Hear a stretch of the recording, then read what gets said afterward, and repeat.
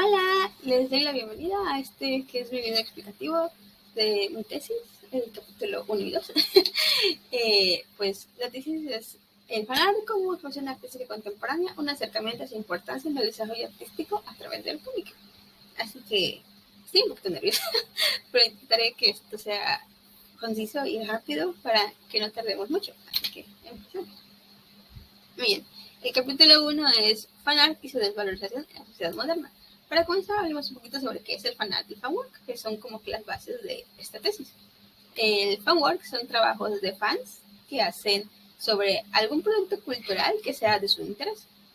Se dividen en muchas categorías, entre ellas la que nos atañe es la del fanart, es decir, es una expresión artística bidimensional que tiene como base un producto artístico que ya existe. En este caso hablamos de dibujo, pintura, gráfica y eso.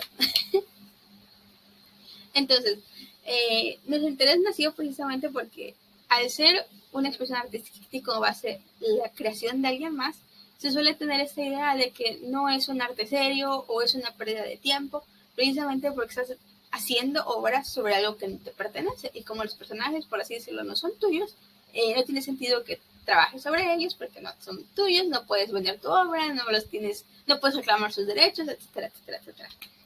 Entonces, queremos precisamente demostrar que hay una importancia en el fanart, al menos en la producción de los jóvenes actuales. Y nosotros precisamente queremos hacer visible esta importancia y poder darle voz a esta, que tal vez es una técnica, una expresión que ha sido como que muy olvidada de manera académica. Y pues, ya le dije, ese es nuestro objetivo.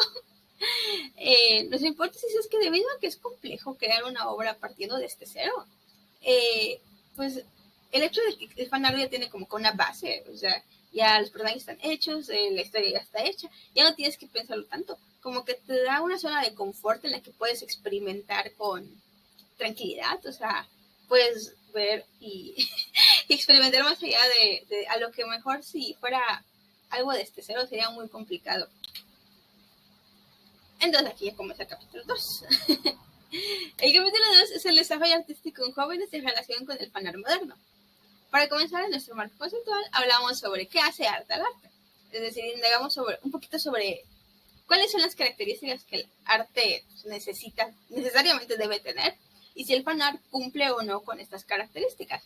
Spoiler, si los cumple. Más para mí. Y también hablamos sobre fanart y fanwork. Hablamos sobre sus características, sobre maneras en las que se dividen y un poquito sobre su historia y cómo se ha dado en la actualidad. En nuestro marco referencial abordamos a Hauser en su libro Originalidad del Arte. Nos habla nos explica más o menos cómo es que comienza a darse esta característica necesaria en el arte, que es la originalidad.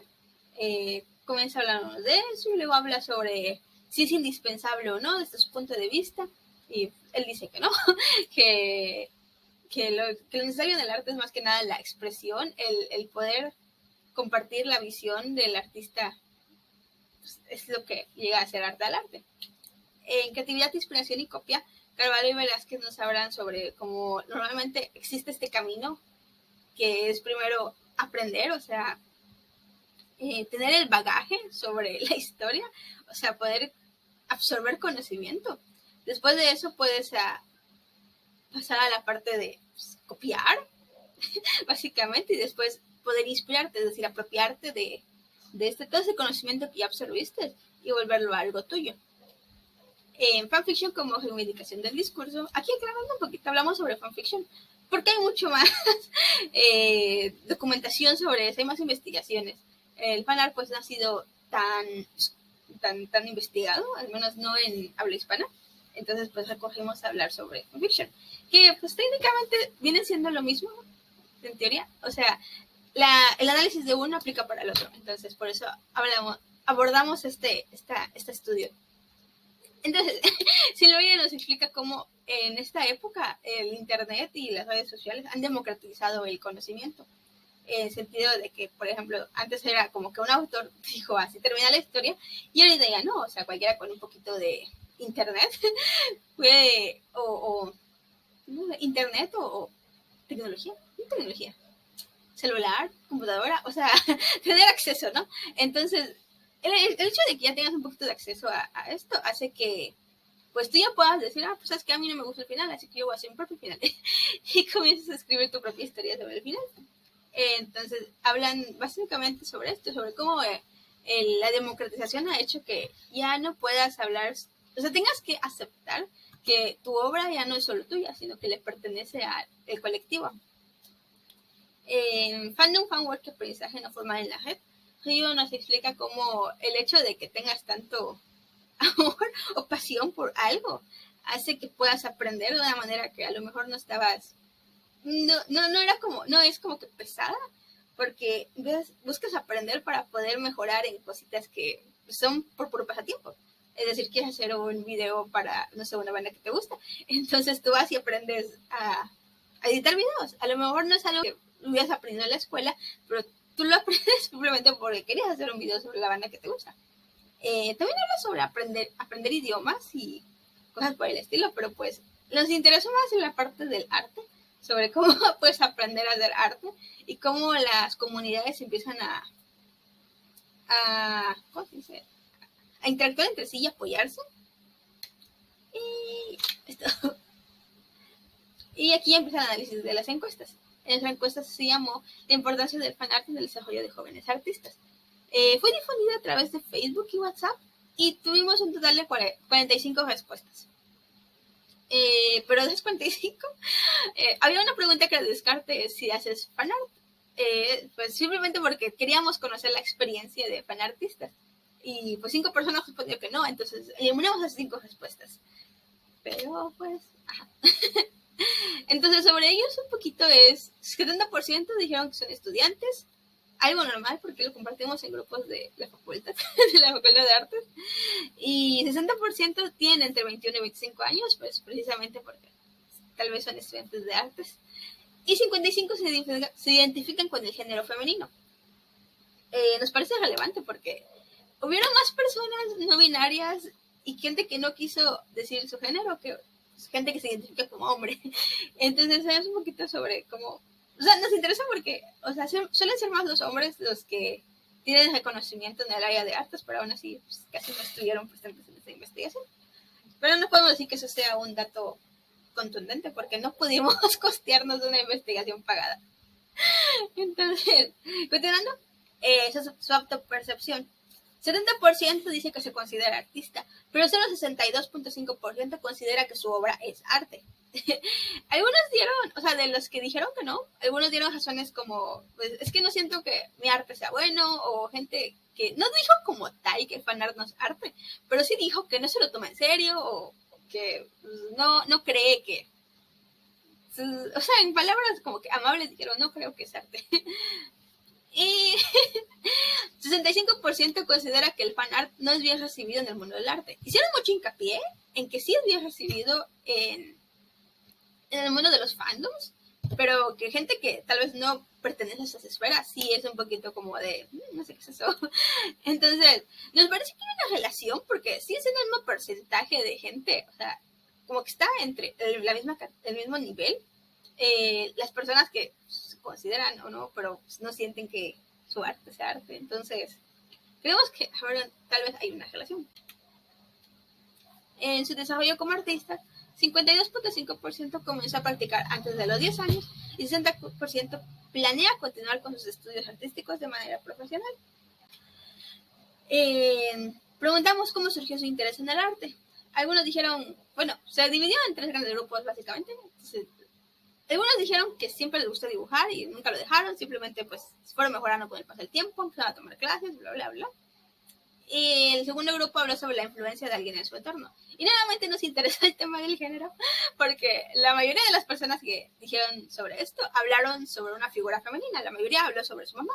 Ya sea que su mamá los apoyó enseñándoles, o llevándolos a clase, o estaba atrás de ellos, o dando apoyo de alguna manera. Y solo una persona habló sobre que su papá la ayudó a a aprender. O sea, su papá es artista, entonces dijo, mi papá me enseñó. Y pues el último grupo fue gente que se inspiró en la obra de alguien más. Que hubieron creo que 3 personas que dijeron que se inspiran en la obra y no especificaron qué tipo de obra. Pero hubieron 19 personas que dijeron tal cual, yo veía caricaturas y eso hizo que me interesara mucho el arte. Entonces, sí creemos que las caricaturas del anime y esas cosas estuvieron muy presentes, al menos en la vida de estas personas. Y en su vida como fan, empezamos a preguntar cómo surgió el interés por el fanart. Porque pues, la vida de la población pues ya dijo que desde pequeños hizo fanarts, pero pues queríamos saber cómo es que entraban a este mundo. La mayoría respondió que por accidente. O sea, estaban buscando contenido de su obsesión del momento y pues empezaron a ver fanarts, no sabían que era fanarts, pero empezaron a buscar y se dieron cuenta que era esto y así terminaron aquí. El segundo grupo habló sobre el amor a los personajes, es decir, les gustaba tanto el personaje que querían replicarlo, querían hacerlo a su propio estilo, querían dibujarlo en ciertas escenas bonitas, y etcétera, etcétera. El tercer grupo habló sobre que la imaginación no les bastaba. Es decir, ellos querían ver cierta escena, así que dijeron, no puede ser que no exista, así que toca hacerla yo. Y así fue como empezaron a hacer fanarts. Muy bien. También preguntamos sobre qué objetivo tenían al hacer fanarts. La mayoría respondió que se limitó a representar lo que ya existía, pero aún así los otros 3 grupos que estuvieron como que más votos fueron la reinterpretación, los ships, que son los emparejamientos, y los universos alternos. Cada uno de ellos pues habla de cosas que a lo mejor no existen como tal, sino que son cosas que ya la comunidad crea y empieza a darle forma poco a poco entre ellos. Y también queríamos saber si se limitan solo a dibujar fanarts o tienen otro tipo de interés en otro tipo de arte. Y pues resulta que sí, 67.5% realiza otro tipo de fanwork. La mayoría realiza fanfics, lo que nos pareció muy coherente porque hubo muchas respuestas que hablaban sobre que querían narrar sus propias historias. Entonces aquí ya no solo están ejercitando su habilidad de dibujar, sino ya es su habilidad sobre la narrativa. Igual hubo mucha gente que hizo cosplay, lo que nos parece interesante. Pero es más como ver cómo no se limita, la comunidad no solo se limita a un tipo de arte, sino que van explorando otras maneras. El 90% ha notado un progreso en su habilidad desde que hacen fanarts. La mayoría atribuye esto a la práctica constante. De hecho, el 10% que dijo que no siente que haya un gran cambio, nos dijo que precisamente creen que no, porque no tienen tiempo para dibujar. Entonces, como no pueden dibujar, pues obviamente no avanzan, o pues sí, como van a hacer fanarts, no se lo toman en serio, entonces lo hacen como que así como salga. Y de todas maneras nos parece interesante que hubieron respuestas que hablan sobre que a lo mejor no tienen un gran avance en su técnica para dibujar, pero sí pueden ver desarrollo en otras áreas como la observación, el aprendizaje, o sea, es la absorción del bagaje de conocimientos, de ver los estilos de dibujo, de aprender viendo tutoriales y etcétera. Y también se habló sobre las mejoras de su salud emocional, es decir, se sienten tan cómodos haciendo fanarts, se sentir mejor hacer fanarts, se relajan haciendo fanarts, que pues termina siendo como su lugar seguro. Y ahora sí empezamos con el análisis de las entrevistas. Entrevistamos a 4 personas con distintos rangos de edad. Todas fueron de América Latina, pero no fueron de Yucatán. Muy bien. Hablaron sobre que comenzaron queriendo replicar el contenido que les gustaba. Es decir, o sea, veían un anime, porque digo que todas veían animes o caricaturas, entonces fue como que todos comenzaron viendo eso y como que les gustó tanto personaje, escenas y historia que empezaron a hacer fanarts. Hablan mucho sobre qué sucedió en su infancia y adolescencia, entonces pues recalcar que pues, son etapas claves para poder inculcar el interés en el arte. Y hablan sobre que los motivaba mucho su autocomplacencia, es decir, uno habló sobre que le gustaba ver cómo avanzaba haciendo fanarts, así que seguía. Uno habló sobre cómo le hacía feliz ver a sus parejas porque hacía muchos GIFs. Había gente que le hacía feliz la atención que le da el fanart porque pues, como hay un público base, pues es muy fácil que llegues a otros públicos. Y hubo nomás que habló sobre cómo le hacía feliz dibujar a los personajes que le gustaban. Entonces, todos hablan sobre cómo de alguna manera los apoyaba el fanart. Y en sus beneficios. Como dijimos antes, hay mejoras en la habilidad, no solo en la técnica, sino en habilidades como la observación, el conocimiento, bla, bla. Y la salud emocional, una chica que habló mucho sobre esto, sobre cómo se sentía en su lugar seguro haciendo art.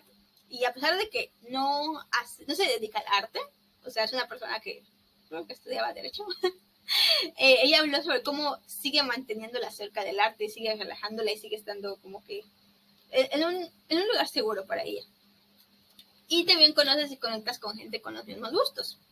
Es decir, así es un fanart, es muy común que hables con gente que le gusta lo mismo que tú, le gusta la misma pareja que tú, le gusta la misma serie que tú. Entonces, es muy fácil conocer gente, hablar con amigos. Y las desventajas que vieron fueron que tal vez te sientes tan a gusto ahí que no intentes hacer cosas nuevas. Es decir, no explotas otras técnicas, otros estilos, te quedas solo pues dibujando tal vez en lápiz o en papel, no sé.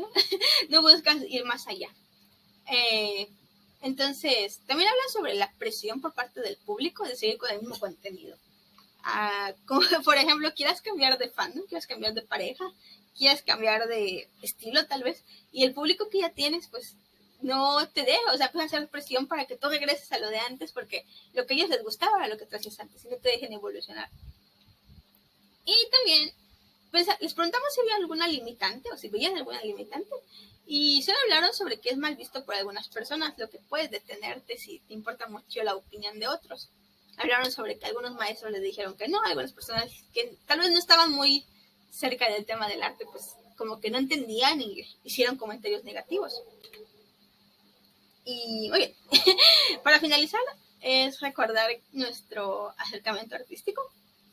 Nuestra propuesta era crear un cómic basado en las características del género wuxian y danmei, pero adaptándolas un poquito a la mitología maya, porque el wuxian es básicamente historias de acción o romance, pero con mitología china. Entonces aquí basándolos en mitología maya. No nos dio mucho tiempo de hacer más bocetos, pero hicimos estos chiquititos. Y ya todo. Muchas gracias por la atención. Espero que le hayan gustado o lo hayan entendido. Así que hasta luego. Muchas gracias. Bye.